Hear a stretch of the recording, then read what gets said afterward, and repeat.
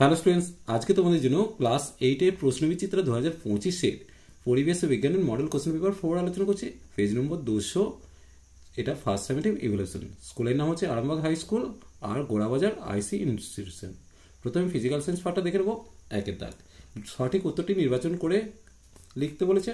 একের যে কোশ্চেনটা দেওয়া আছে, লঘু অ্যাসিডের সঙ্গে হাইড্রোজেন গ্যাস মুক্ত করতে পারে না যে ধাতুটি, সেটি হলো কপার, অর্থাৎ এর উত্তরটা সঠিক হবে।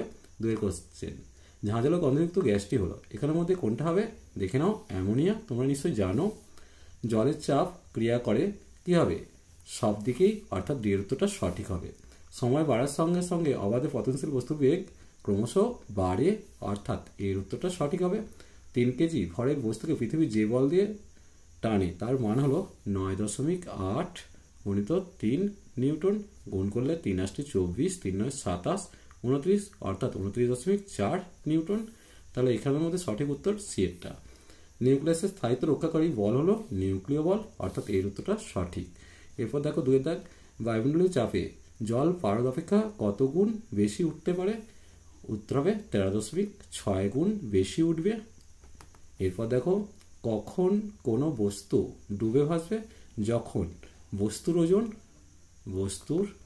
ওজন প্লবতার সঙ্গে সমান হবে, অর্থাৎ বস্তুর ওজন এবং প্লবতার মান যদি সমান হয় বস্তুরা ডুবে ভাসবে।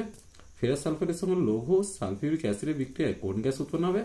উত্তর হবে হাইড্রোজেন সালফাইড। দেখে নেব বিক্রিয়াটা। ফেরাস সালফাইড এবং লৌহ H2SO4 বিক্রিয়া করে তৈরি হবে ফেরাস সালফেট এবং হাইড্রোজেন সালফাইড, অর্থাৎ পচা ডিমের গন্ধবিশিষ্ট হাইড্রোজেন সালফাইড গ্যাস তৈরি হবে। এরপর দেখো, ম্যাঙ্গানিজ ডাইঅক্সাইডের বর্ণ কি? অবশ্যই ম্যাঙ্গানিজ ডাইঅক্সাইড বর্ণ হচ্ছে সাদা, যেটা আমরা সাদা গুঁড়ো আকারে পেয়ে থাকবো। কাঁচকে সিল্ক দিয়ে ঘষলে কাঁচ ও সিল্ক কোন কোন আধানে আহিত হবে? দেখতে পাবো কাঁচটা শ্রেণীর ওপরের দিকে, সিল্কটা শ্রেণীর নিচের দিকে, অর্থাৎ কাঁচে ধনাত্মক হবে এবং সিল্কে ঋণাত্মক হবে। এরপর দেখো, কোনো বস্তুকে ন্যূনতম কত বেগে ছোঁড়া হলে তা পৃথিবীর আকর্ষণের বাইরে চলে যাবে? উত্তর হবে 11.2 কিমি পার সেকেন্ড। এরপর দেখে নেব সবচেয়ে হালকা ও সবচেয়ে ভারী অধাতুর নাম। সবচেয়ে হালকা অধাতু হচ্ছে হাইড্রোজেন, হিলিয়ামও লিখতে পারো, তবে হাইড্রোজেনটাই লিখবে। এরপর সবচেয়ে ভারী অধাতু হচ্ছে অসমিয়াম। এরপর দেখো, O2 মাইনাস এবং Cl মাইনাস আয়ন দুটি সর্বস্থ কক্ষে ইলেকট্রন সংখ্যা কত? যেহেতু অক্সিজেনের 8টা ইলেকট্রন, তাই সেক্ষেত্রে 2 আর 6 ছিল, কিন্তু বাইরের কক্ষে আরও 2টো ইলেকট্রন গৃহীত হয়েছে। তাহলে বাইরের কক্ষে ইলেকট্রন 2 8 কম্বিনেশন, অর্থাৎ 8টা থাকবে। আর ক্লোরিনের ইলেকট্রন বিন্যাস লিখলে 17 তো 2 8 7 লিখতাম, কিন্তু এও বাইরের কক্ষে একটা ইলেকট্রন গ্রহণ করেছে, অর্থাৎ ইলেকট্রন বিন্যাসটা হবে 2 8 8 পাবো। এরও বহিস্থ কক্ষে 8টা ইলেকট্রন আছে। এরপর দেখো তিনেরটা, নিচের প্রশ্নগুলি সংক্ষিপ্ত উত্তর দাও। 10 কেজি ভরের একটি ব্লককে টেবিলের উপর রাখা হচ্ছে। ব্লক ও টেবিলের সংযোজনের ক্ষেত্রফল হচ্ছে 0.25 মিটার স্কোয়ার। তাহলে চাপের মান, প্রথমত বল কত হবে? 10 গুণিত 9.8 নিউটন। আর তাহলে চাপটা কত হবে? চাপ সমান বল বাই ক্ষেত্রফল। ওপরে বলটা লিখলাম আর নিচে ক্ষেত্রফলটা লিখলাম। গুণ করলে কত আসবে? প্রথমত নিচে দশমিক তুলে ওপরে 100 করলাম, আর এখানে এই দশমিকটা তোলার জন্য নিচে 10 করলাম। তাহলে 10 10 কাটিয়ে দিলাম, 4 25-এ 100 করে দিলাম।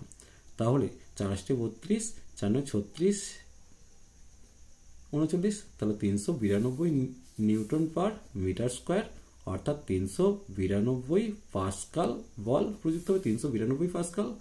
এরপর দেখো, প্রদত্ত অক্সাইডগুলির প্রকৃতি লিখতে বলেছে। জিঙ্ক অক্সাইড হচ্ছে ক্ষারধর্মী, তাহলে জিঙ্ক অক্সাইড ক্ষারকীয়। কার্বন ডাইঅক্সাইড হচ্ছে আম্লিক অক্সাইড, তাহলে এই জায়গাটা আম্লিক লিখে দিলাম।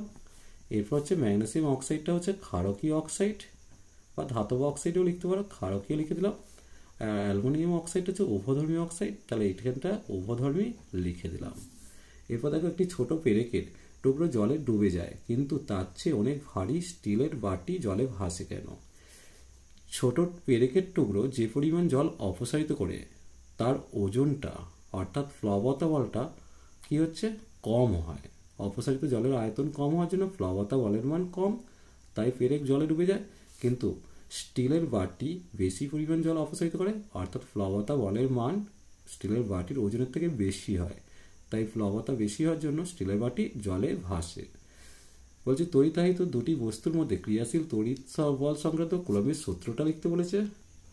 দেখো, দুটি বিন্দু আধানের মধ্যে ক্রিয়াশীল তড়িৎ আকর্ষণ বা বিকর্ষণ বলের মান বস্তু দুটির কেন্দ্র সংযোজক রেখা বরাবর ক্রিয়া করে।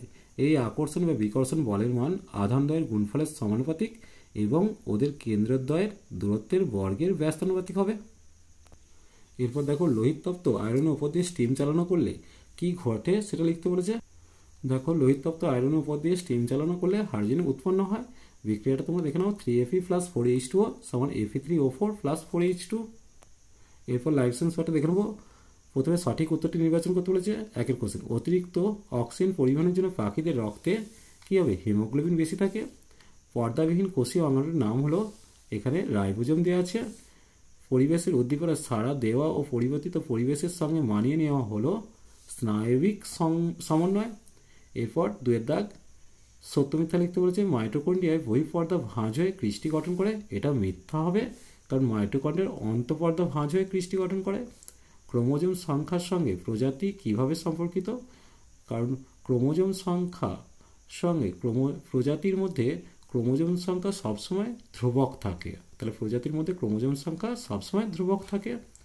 বিসদৃশ্য শব্দটি বেছে লিখতে বলেছে।